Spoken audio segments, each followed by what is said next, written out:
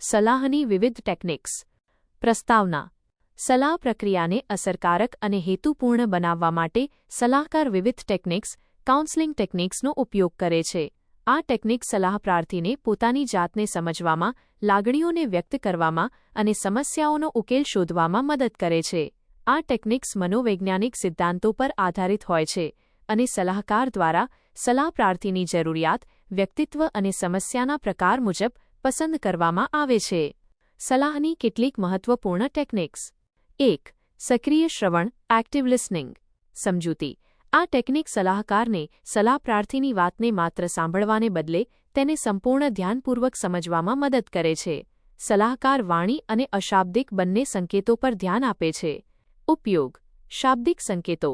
સલાહકાર સલાહ પ્રાર્થીની વાત, સ્વર અને શબ્દ પસંદગી પર ધ્યાન કેન્દ્રિત કરે છે. અશાબ્દિક સંકેતો.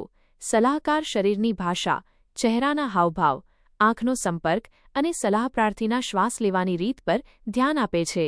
પ્રતિભાવ. સલાહકાર માથું હલાવીને ટૂંકા શબ્દો જેમ કે હા, અને પ્રશ્નો પૂછીને દર્શાવે છે કે તે સક્રિય રીતે સાંભળી રહ્યો છે. મહત્વ. આનાથી સલાહ પ્રાર્થીને એવો અહેસાસ થાય છે કે તેની વાતને ગંભીરતાથી લેવામાં આવી રહી છે, જે વિશ્વાસ અને સલામતીનો ભાવ ઉત્પન્ન કરે છે. 2. પ્રશ્ન પૂછવા, ક્વેશ્ચનિંગ. સમજૂતી. પ્રશ્નો પૂછવા એ સલાહ પ્રક્રિયાનો એક મહત્વપૂર્ણ ભાગ છે. પ્રશ્નો દ્વારા સલાહકાર માહિતી મેળવી શકે છે અને સલાહ પ્રાર્થીને ઊંડાણપૂર્વક વિચારવા માટે પ્રેરિત કરી શકે છે. પ્રકારો. ખુલ્લા પ્રશ્નો, ઓપન એન્ડેડ ક્વેશ્ચન્સ. આ પ્રશ્નોના જવાબ હા કે નામાં આપી શકાતા નથી. તે સલાહ પ્રાર્થીને વિસ્તૃત અને વિગતવાર જવાબ આપવા પ્રોત્સાહન આપે છે. ઉદા. તમે આ વિશે શું વિચારો છો? બંધ પ્રશ્નો, ક્લોઝડ એન્ડેડ ક્વેશ્ચન્સ. આ પ્રશ્નોનો જવાબ ટૂંકો હોય છે. દાતા, શું તમને આ ગમ્યું? આ પ્રશ્નોનો ઉપયોગ ચોક્કસ માહિતી મેળવવા માટે થાય છે. મહત્વ. પ્રશ્નો દ્વારા સલાહકાર સલાહ પ્રાર્થીની સમસ્યાના વિવિધ પાસાઓને ઉજાગર કરી શકે છે અને તેને પોતાના વિચારોનું પુનરાવલોકન કરવા માટે મદદ કરે છે. 3. પુનરાવર્તન અને પ્રતિબિંબ, પેરાફ્રેઝિંગ એન્ડ રિફ્લેક્શન. પુનરાવર્તન, પેરાફ્રેઝિંગ. સલાહકાર સલાહ પ્રાર્થીએ કહેલી વાતને પોતાના શબ્દોમાં ટૂંકમાં રજૂ કરે છે. આનાથી સલાહકાર એ સુનિશ્ચિત કરે છે કે તેણે વાતને બરાબર સમજી છે. પ્રતિબિંબ, રિફ્લેક્શન. સલાહકાર સલાહ પ્રાર્થીની લાગણીઓને શબ્દોમાં વ્યક્ત કરીને દર્શાવે છે કે તે તેની લાગણીઓને સમજી રહ્યો છે. ઉદા. તમે આ ઘટનાથી ખૂબ જ નિરાશ લાગો છો. મહત્વ. આ ટેકનિક સલાહ પ્રાર્થીને વધુ સ્પષ્ટતા માટે પ્રોત્સાહિત કરે છે અને તેને લાગે છે કે તેની લાગણીઓને સ્વીકારવામાં આવી રહી છે. 4. માહિતી આપવી, ઇન્ફોર્મેશન ગિવિંગ.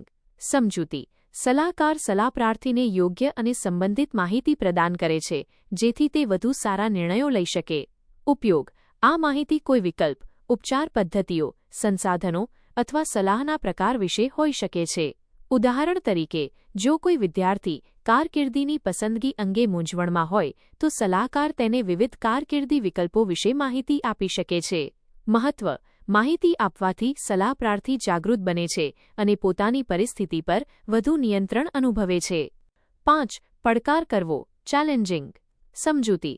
આ ટેકનિકનો ઉપયોગ ત્યારે થાય છે જ્યારે સલાહકાર સલાહ પ્રાર્થીના વિચારો, વર્તન અથવા માન્યતાઓમાં અસંગતતા જોવે છે.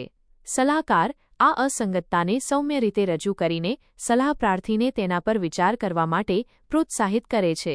ઉપયોગ. ઉદાહરણ તરીકે, જો કોઈ વ્યક્તિ કહે કે તે બદલવા માંગે છે પરંતુ તેનું વર્તન બદલાવનો ઇનકાર કરે છે, તો સલાહકાર આ અસંગતતા વિશે પૂછી શકે છે. મહત્વ. પડકાર કરવો સલાહ પ્રાર્થીને પોતાની વિચારસરણી અને વર્તનનું ઊંડાણપૂર્વક પુનરાવલોકન કરવા માટે પ્રેરિત કરે છે, જે પરિવર્તન માટે આવશ્યક છે. 6. મૌનનો ઉપયોગ, યુઝિંગ સાયલન્સ. સમજૂતી. સલાહ પ્રક્રિયામાં મૌન પણ એક શક્તિશાળી સાધન બની શકે છે. મૌન સલાહ પ્રાર્થીને પોતાના વિચારો અને લાગણીઓને સંગઠિત કરવા માટે સમય આપે છે. મહત્વ. સલાહકાર પણ મૌનનો ઉપયોગ ધ્યાન કેન્દ્રિત કરવા, પ્રતિબિંબિત કરવા અને સલાહ પ્રાર્થીને પોતાની લાગણીઓ સાથે જોડાવવા માટે આપી શકે છે. મૌનનો યોગ્ય ઉપયોગ સલાહ સત્રને વધુ અર્થપૂર્ણ બનાવે છે. ઉપસંહાર. સલાહની આ વિવિધ ટેકનિક સલાહકારને સલાહ પ્રાર્થી સાથે અસરકારક રીતે કામ કરવા માટેના સાધનો પૂરા પાડે છે. એક કુશળ સલાહકાર સલાહ પ્રાર્થીની જરૂરિયાત મુજબ આ ટેકનિક્સનો યોગ્ય સમયે યોગ્ય રીતે ઉપયોગ કરીને તેને સ્વજાગૃતિ અને ઉકેલ શોધવામાં મદદ કરે છે. આ ટેકનિક્સ સલાહકાર અને સલાહ પ્રાર્થી વચ્ચેના સહયોગી સંબંધને મજબૂત બનાવે છે અને સલાહના સકારાત્મક પરિણામો માટે અનિવાર્ય છે.